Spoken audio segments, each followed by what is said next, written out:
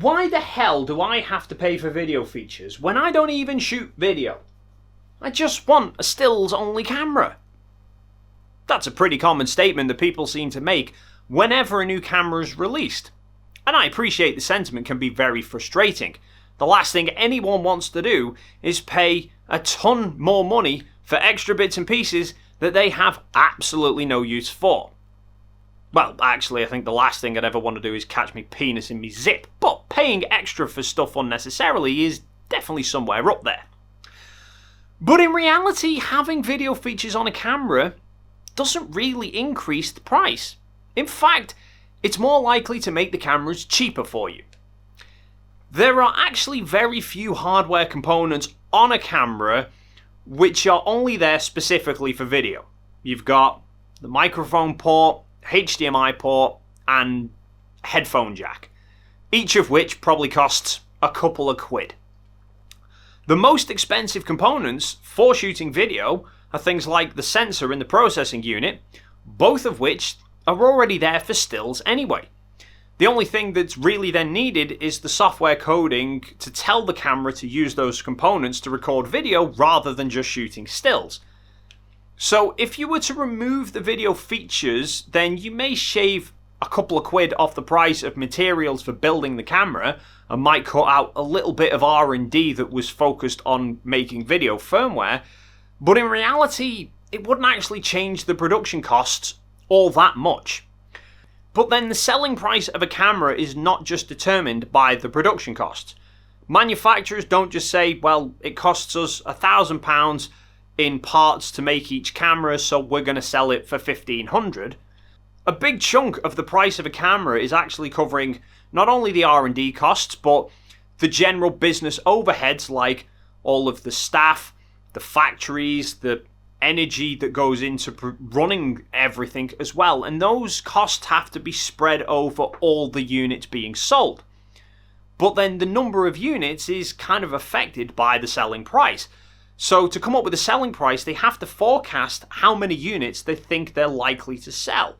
So by adding video features into stills cameras, yes, it might cost a little bit more in production costs per camera unit, but it will make that camera model appear to a much wider group of people. So they will then be likely to sell more units, which will allow them to sell each unit at a lower price. For example, let's imagine that we have a factory and it's costing us £10 million. Now that is all the business overheads. The factory produces a stills only camera which costs £1 million to develop, and the parts for it are £500 per unit. And we're predicting that we can sell 10,000 units.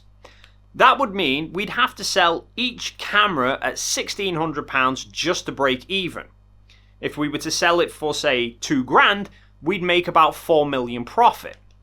Now let's say that to add some video features into this stills only camera would cost us £100,000 more in development and £50 per camera unit in additional parts. I mean, in reality, the additional parts needed specifically for video would be much less than 10% of the total parts, but either way, it might bump up the cost a little bit. But let's say those extra features can double the number of units that are being sold up to 20,000. Then the cost per unit to us would actually drop to £1,555 per camera. And we'd only need to sell the camera for about £1,750 to make the same £4 million profit because we've sold more units. Obviously, that is highly simplified. Selling more camera units would then increase your overheads as well because you'd probably need more staff and more manufacturing setups.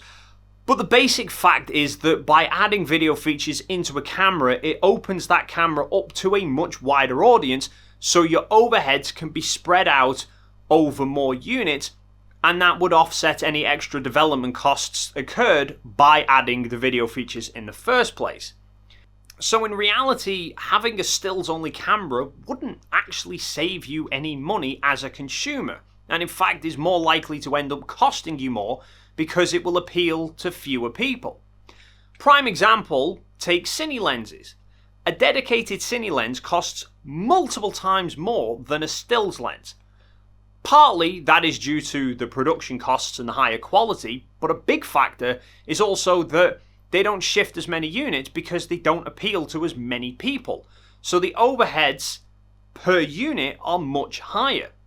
And even if you take the cine lenses which are derived from stills lenses, they're cheaper, partly because the optical development costs have already been covered by the stills version, but the cine version still needs its own production line to be produced, and it's still going to sell far fewer units, so it ends up costing more than the stills lens.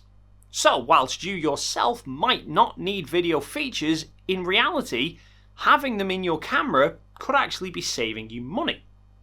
So that's going to wrap it up for this video. Let me know your thoughts in the comment section down below. While you're down there, please consider supporting this channel by clicking the like and subscribe button if you haven't already done so, and then hopefully we'll see you in the next video.